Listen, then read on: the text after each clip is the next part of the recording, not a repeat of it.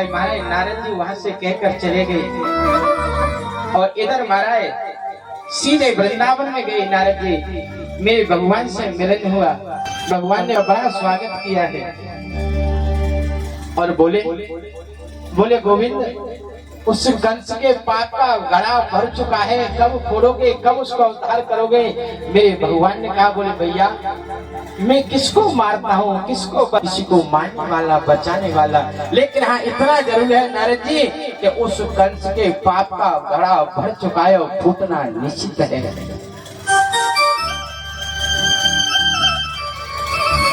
आज पता है इधर नारद जी कंस से देख आए, बोले मैं कुछ नहीं देखना चाहता हूँ, मैं परसों के दिन आपके हाथ उन कृष्ण बलराम दोनों को मरा हुआ देखना चाहता हूँ। और आए इधर नारद जी भगवान से कह रहे हैं, बोले गोविंद मैं कुछ नहीं करना चाहता हूँ, मैं कुछ नहीं देखना चाहता हूँ, बोले परसों के दिन मैं आपके हाथ से उस कंस का उद्धार देखना चाहता हूँ। आज मेरे गोविंद मुस्कुरा गए। बोले नारद जी आपकी लीला बड़ी अपरंपार है, बोले उससे तो कह के आए हो कि मैं मरूं और मेरे से कह रहे हो वो मरो, और दोनों की तारीख एक ही दिन की फिक्स की है। आज नारद जी ने मेरे गोविंद की इच्छा पकड़ ली। बोले गोविंद आप तो जानते हैं कि मैं वही कार्य करता हूँ जिसमें जनता का हित हो। इधर महाराज कंस ने अक्रूर जी को बुलाया, रात्रि में अक्रूर से कहा, बोले अक्रूर, क्योंकि अक्रूर जो है ना वो दूर के काका लगते हैं भगवान श्री कृष्ण के। बोले अक्रूर तुमको पता है आज से 10-15 साल पहले और एक आकाशवाणी हुई थी, जब मैं देवकी का विवाह करके विदा कर रहा था, बोले देवकी का अष्टम गर्भ तेरे कान होगा। मुझे ऐसा लगता है अक्रूर के देवकी का ही अष्टम पुत्र कृष्ण है। बोले अक्रूर मैं तेरे से कोई बात नहीं छुपाता हूँ, देख परसों मैंने दर्श यज्ञ का मेला रखा है, उसमें तेरे को वृंदावन जाना है, उस नंद के दोनों छोराओं को लेके आना है, कृष्ण और बलराम को, और वो यहाँ आएंगे और वो हम उसको धोखे से मार देंगे। आज बताया अक्रूर जी ने बहुत समझाया कंस को, लेकिन पता है कंस बड़ा राजा है। कंस ने कहा अरे अक्रूर जी आप मुझे ये ज्ञान मत दो, मुझे आप सिर्फ एक बात बता दो कि आप कृष्ण बलराम को लेने जाओगे कि नहीं जाओगे। अगर लेने जाओगे तो आप हाँ करो, और नहीं लेने जाओ तो तुम मेरे स्वभाव से परिचित हो कि मैं तुम्हारे साथ में क्या करूंगा।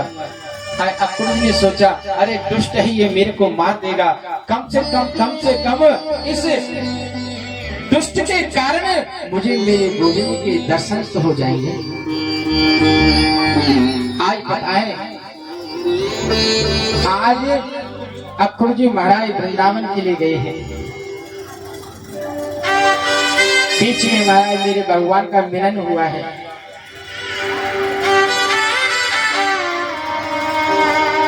आज अक्रूर जी का स्वागत किया भगवान ने। अक्रूर जी ने कहा बोले लाला गोविंद मैं आपको लेने आया हूँ, राजा कंस ने आपको बुलाया है। आज बताए गोविंद बोले काका मेरे को सब कुछ पता है, मामा जी ने मेरे को मारने के लिए बुलाया है, लेकिन काका तुम ये बात मेरे भोले भाले ब्रजवासियों से मत कहना, ये बात तुम भोले भाले मेरे बाबा नंद से माता यशोदा से मत कहना।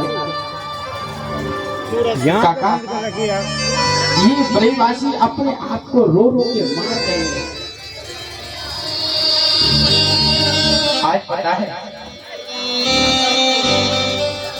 आज जैसे मेरे गोविंद संध्या के समय पे गायों को लेके आ रहे हैं, वृंदावन की सखियां हैं, जितनी भी सखी गोपी हैं, क्योंकि उनका नृत्य का नियम है कि जब शाम को जो मेरे भगवान गाय चरा कर आते हैं ना तो अपनी अपनी अटारियों पे बैठ जाती हैं। जब भगवान शाम को आते हैं तो महाराज पुष्पों से स्वागत करते हैं, पुष्प बरसाते हैं। और मेरे भगवान क्या है कि रोजाना उन पुष्पों को देखते हैं और उनकी तरफ मुस्कुराते हैं। लेकिन आज पता है ना, आज मेरे गोविंद जैसे कि बेटी होती है ना,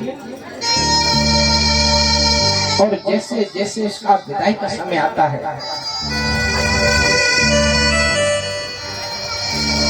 जिस घर में वो पली होती है, बड़ी होती है, और एक एक वस्तु को संजो के रखती है, और जब धीरे धीरे उसका विदाई का समय आता है ना, तो वो एक एक वस्तु को देखकर रोती है कि आज तक इस पे मेरा हक था, लेकिन आज के बाद जब मेरी विदाई हो जाएगी तो इस पे मेरा हक नहीं रहेगा। आज ऐसे आज पता है मेरे गोविंद सोच रहे हैं, बोले आज तक ये ब्रजवासी हैं, बड़े खुश हो रहे हैं, मेरे साथ में हो, लेकिन अगर मैं कल इनको छोड़कर जाऊंगा तो इनके ऊपर क्या बीतेगी। आज पता है जो सखियां है ना, वो पुष्प वर्षा कर रही हैं, लेकिन आज मेरे गोविंद ऊपर वो महाराज नीचे निगाह डालकर जा रहे हैं। पता है वो सखियां मन में ये सोच रही हैं, बोले अरे आज हमारा गोविंद हमारी तरफ देख क्यों नहीं रहा है, आज हमारा गोविंद हमारे तरफ हंस क्यों नहीं रहा है। आज पता है मेरे भगवान अपने गायों को महाराज ट्रक में बंद किया है, गायों के चरों में बार बार बंधन किया है। बोले आज मेरा और तुम्हारा आज अंतिम मिलन है, पता नहीं उसके बाद कब मिलेंगे हम।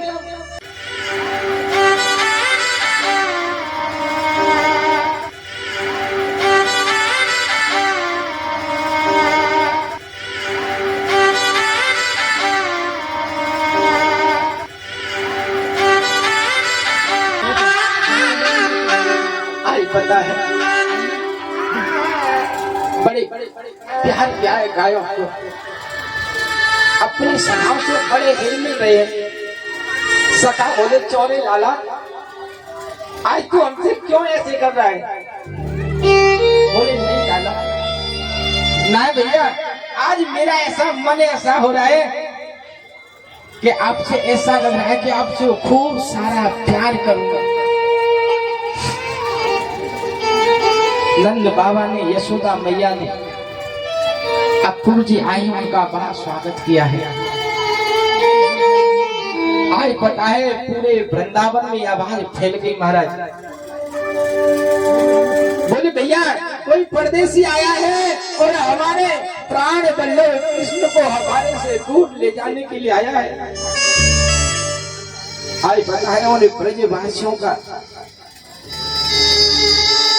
नींद हराम हो गई।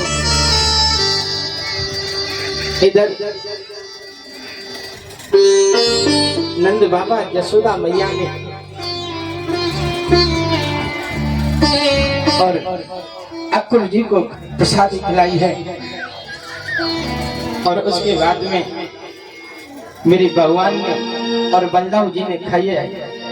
उसके बाद में नंद बाबा और अक्रूर जी दोनों बतराने लगे, और माता यशोदा अपनी थाली लेकर अपने कक्ष में गई।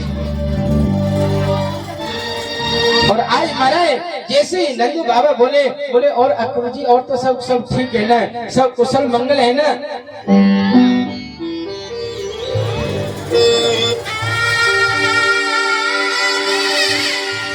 बोले और तो सब कुशल मंगल है ना। बोले भैया और तो सब कुशल मंगल है। बोले भैया आपका आगमन किस कारण से हुआ है। आज पता है अक्रूर जी के मुंह से निकल गया। बोले नंद बाबा, अरे नंद जी मैं आपके कृष्ण और बलराम दोनों पुत्रों को लेने आया हूँ, और कंसली एक धनुष यज्ञ का मेला रखा है, और उस धनुष यज्ञ के मेला में आपके बच्चों दोनों को बुलाया है। आज पता है माता यशोदा ने एक ग्रास तोड़ा था। माता यशोदा का ग्रास वहीं के वहीं गिर गया। तोड़ लगा ली, अरे तुझे मेरे प्राणों की जरूरत है तो तू मेरे प्राण ले जा।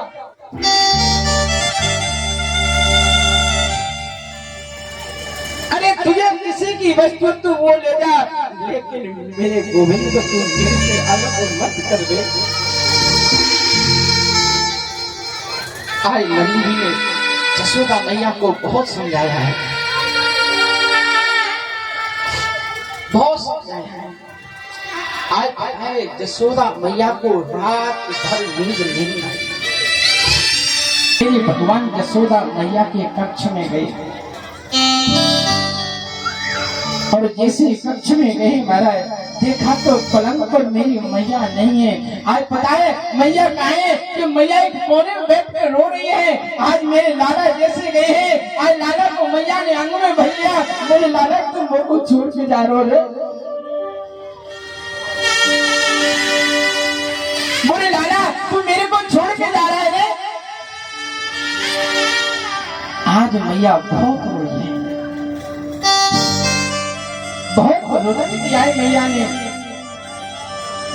बोले लाला मैं देख कितनी निठुर थी, तेरे को एक मिट्टी के कारण और मैंने तेरे को उखल से बांध दिया।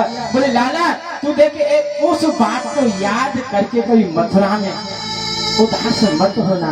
आए बताए इस बात को सुनकर माता यशोदा के गोविंद चरणों में लेट गए। बोले माँ यही तो सबसे बड़ा तेरा प्यार का बंधन है। इधर सवेरा हुआ है, अकुल जी ने रथ को सजाया है। हजारों सखी किशोरी राधा आ गई दरवाजे पर।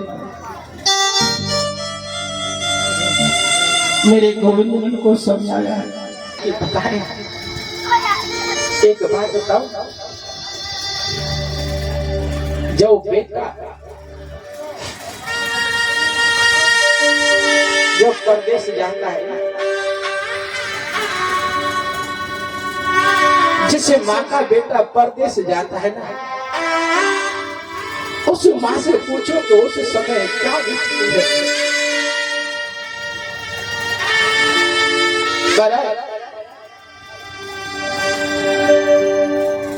हर कोई